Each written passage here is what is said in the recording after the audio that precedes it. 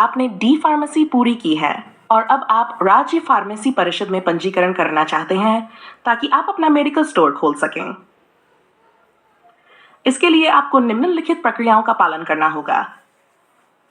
1. राज्य फार्मेसी परिषद में पंजी काउंसिल। दस्तावेज तैयार करें। सबसे पहले आपको अपने सभी आधिकारिक दस्तावेज तैयार करने होंगे, जैसे कि डी फार्मेसी की डिग्री आपकी परीक्षा के परिणाम के साथ, आधार कार्ड, पैन कार्ड, जन्म प्रमाण पत्र या आयु प्रमाण, फोटो कोई अन्य प्रमाण पत्र जो राज्य फार्मेसी परिषद द्वारा मांगे जाएं। फॉर्म भरें। राज्य फार्मेसी परिषद की आधिकारिक वेबसाइट पर जाएं और वहां पंजीकरण फॉर्म डाउनलोड करें या ऑनलाइन भरें। अंतिम तिथि का ध्यान रखें क्योंकि पंजीकरण प्रक्रिया समय समय पर बदल सकती है। फीस जमा करें। फॉर्म भरने के बाद आपको पंजीकरण शुल्क जमा करना होगा जो आपके राज्य के फार्मेसी परिषद द्वारा निर्धारित होता है। ये शुल्क बैंक ड्राफ्ट या ऑनलाइन भुगतान के माध्यम से किया जा सकता है। परीक्षा यदि आवश्यक हो। कुछ राज्यों में फार्मासिस्ट के पंजीकरण के लिए एक परीक्षा भी आयोजित की जाती है। यदि ये लागू होता है तो आपको फार्मेसी काउंसिल की परीक्षा में शामिल होना होगा। पंजीकरण प्रमाण पत्र प्राप्त करें। सभी दस्तावेज और फीस जमा करने के बाद आपको फार्मेसी परिषद से एक पंजीकरण प्रमाण पत्र मिलेगा जो आपको फार्मासिस्ट के रूप में पंजीकृत करेगा। मेडिकल स्टोर खोलने की प्रक्रिया। Opening a medical store. स्थान का चयन। सबसे पहले आपको मेडिकल स्टोर खोलने के लिए उपयुक्त स्थान का चयन करना होगा। यह स्थान अस्पतालों, क्लिनिकों या व्यस्त बाजार के पास अच्छा रहेगा। लाइसेंस प्राप्त करें। आपको ड्रग लाइसेंस की आवश्यकता होगी जो स्टेट ड्रग्स कंट्रोल डिपार्टमेंट से प्राप्त किया जा सकता है। इसके लिए आपको फॉर्म 19 भरना होता है और आपको फार्मासिस्ट के पंजीकरण प्रमाण पत्र की आवश्यकता होती है। इस लाइसेंस के लिए आपको व्यवसाय स्थल का निरीक्षण और सुरक्षा मानकों को पूरा करना होता है। मेडिकल स्टोर के लिए आपको केमिस्ट और ड्रगिस्ट लाइसेंस प्राप्त करना होगा। फर्नीचर और स्टॉक। मेडिकल स्टोर खोलने के लिए आपको काउंटर, शेल्फ, स्टोर रूम आदि की व्यवस्था करनी होगी। दवाइयों का stock, prescription drugs, over the counter medicine etcetera सही तरीके से रखना होगा। ध्यान रखें कि दवाइयाँ बिक्री के लिए उपयुक्त हों और उनके निर्माण या समाप्ति तिथि सही हो। जीएसटी पंजीकरण। यदि आपकी वार्षिक आय निर्धारित सीमा से अधिक है तो आपको जीएसटी पंजीकरण करवाना होगा। स्थानीय अनुमति। अपने इलाके के स्थानीय नगर निगम या पंचायत से स्थानीय अनुमति प्राप्त करना न भूलें। 3 अन्य बातें। विधिक जिम्मेदारियां। जब आप मेडिकल स्टोर चलाएंगे तो आपको दवाइयों की बिक्री, दवाओं के सुरक्षित भंडारण और दवाओं के सही उपयोग से संबंधित सभी कानूनी जिम्मेदारियों का पालन करना होगा। स्टाफ की नियुक्ति। आपको कर्मचारियों की आवश्यकता हो सकती है, इसलिए योग्य फार्मासिस्ट और कर्मचारी की भर्ती करें। इस तरह से आप राज्य फार्मेसी परिषद में पंजीकरण करवा सकते हैं और मेडिकल स्टोर खोलने के लिए सभी आवश्यक कदम उठा सकते हैं। क्या आप इस प्रक्रिया में किसी विशेष चरण के बारे में अधिक जानकारी चाहते हैं?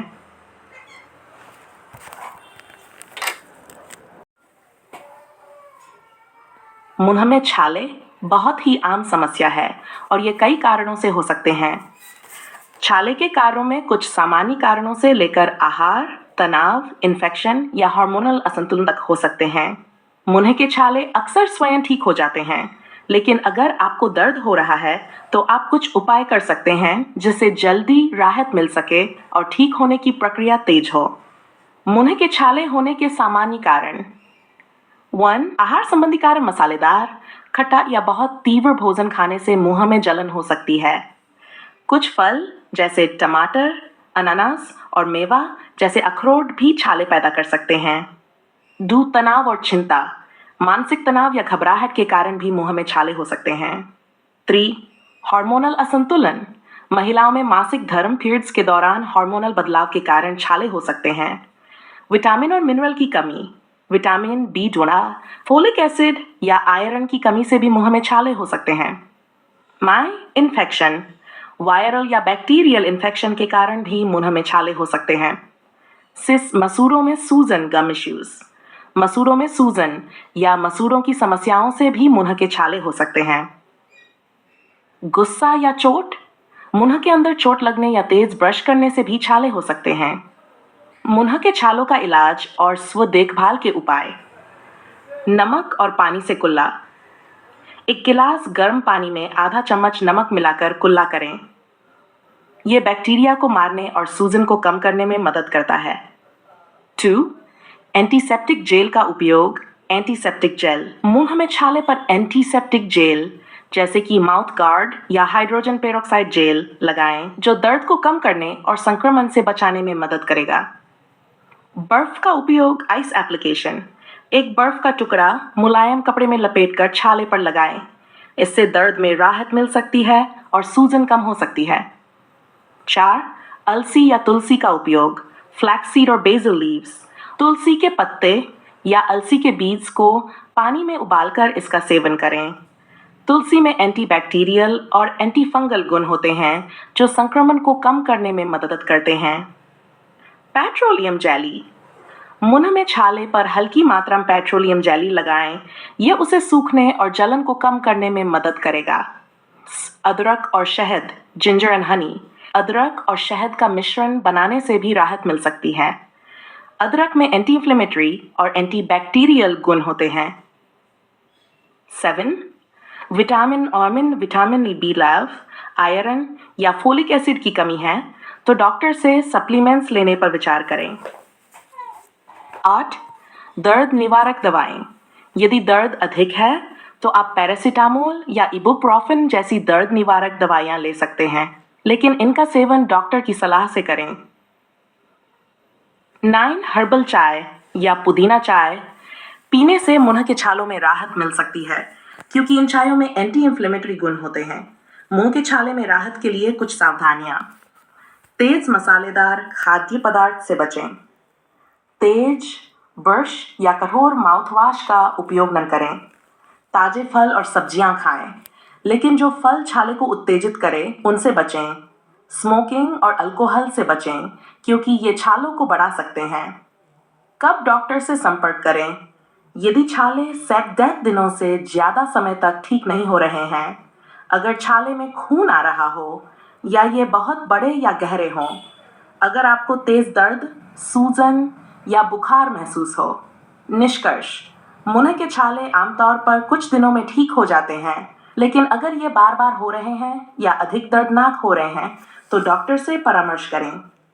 स्व देखभाल से राहत मिल सकती है, लेकिन उचित आहार, हाइड्रेशन और तनाव से बचाव भी जरूरी है। क्या आपके छाले बहुत दर्दनाक हैं या लंबे समय से ठीक नहीं हो रहे? मेडिकल स्टोर खोलने के लिए कानूनी आवश्यकताएं। Legal requirements to set up a medical store.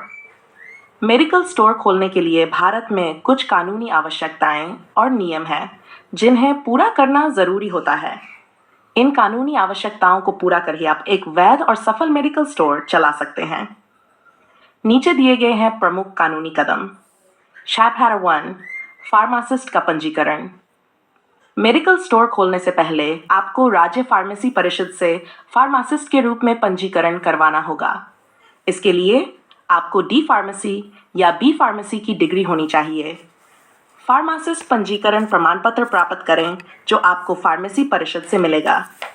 यह प्रमाण पत्र यह साबित करता है कि आप एक क्वालिफाइड फार्मासिस्ट हैं और दवाओं की सही बिक्री और प्रबंधन कर सकते हैं। 2. Drug licence. मेडिकल स्टोर के संचालन के लिए सबसे महत्वपूर्ण कानूनी दस्तावेज ड्रग लाइसेंस है।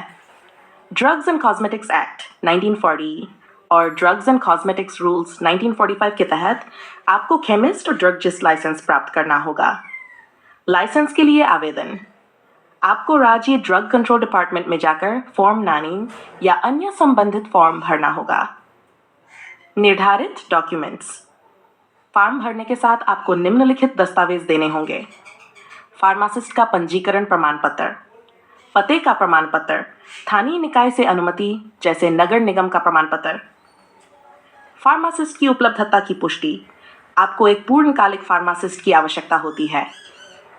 सुरक्षा उपायों के बारे में जानकारी, दवाइयों का भंडारण, आग से सुरक्षा आदि। ड्रग लाइसेंस का नवीनीकरण। ये लाइसेंस एक निश्चित अवधि के बाद नवीनीकरण के लिए आवश्यक होता है। 3. स्थानीय अनुमति, लोकल म्यूनिसिपल लाइसेंस। आपको नगर निगम या पंचायत से स्थानीय अनुमति प्राप्त करनी होती है। इसके लिए आपको यह साबित करना होगा कि आपका व्यवसाय स्थानीय नियमों और जोनिंग आवश्यकताओं का पालन करता है। 4. जीएसटी पंजीकरण। यदि आपका कारोबार 1 करोड़ रुपए या उससे अधिक का है तो आपको जीएसटीसी पंजीकरण करवाना होता है। इससे आपको जीएसटी नंबर मिलेगा और आप वैध रूप से दवाओं की बिक्री पर जीएसटी वसूल सकते हैं।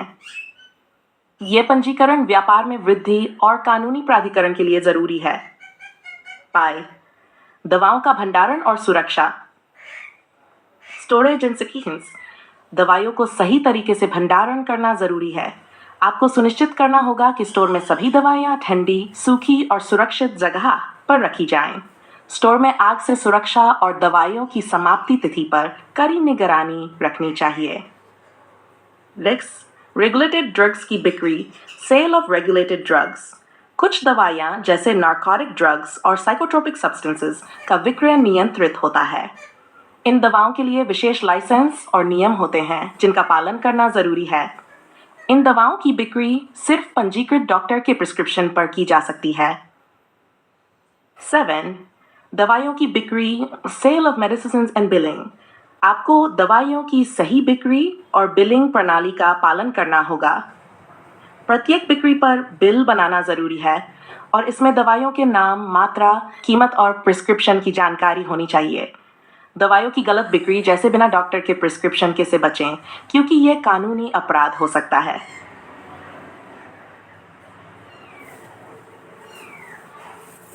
मानक संचालन प्रक्रियाएं, प्रोसीजर्स, एसओपीज। आपको अपनी मेडिकल स्टोर की मानक संचालन प्रक्रियाओं को स्थापित करना होगा।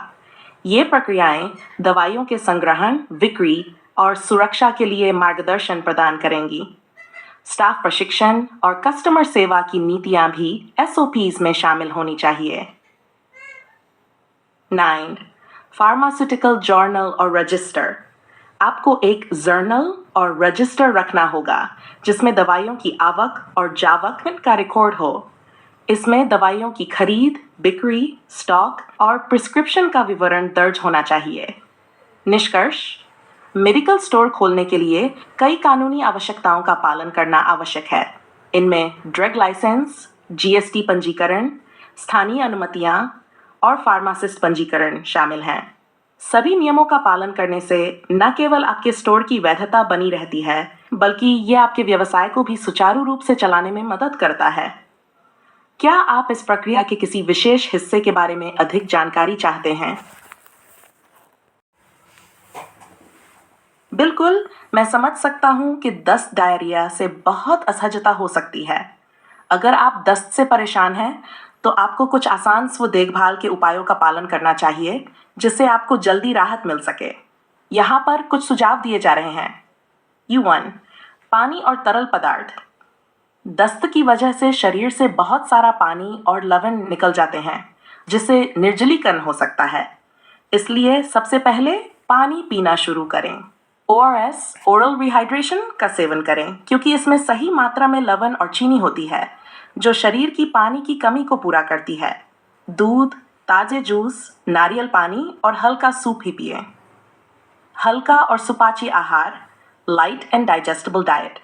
जब आप दस्त से परेशान होते हैं तो पेट को हल्का रखने के लिए सुपाच्य आहार लेना चाहिए। चना, उबला चावल, सादी रोटी, केला और स्टीम्ड सब्जियां खाएं।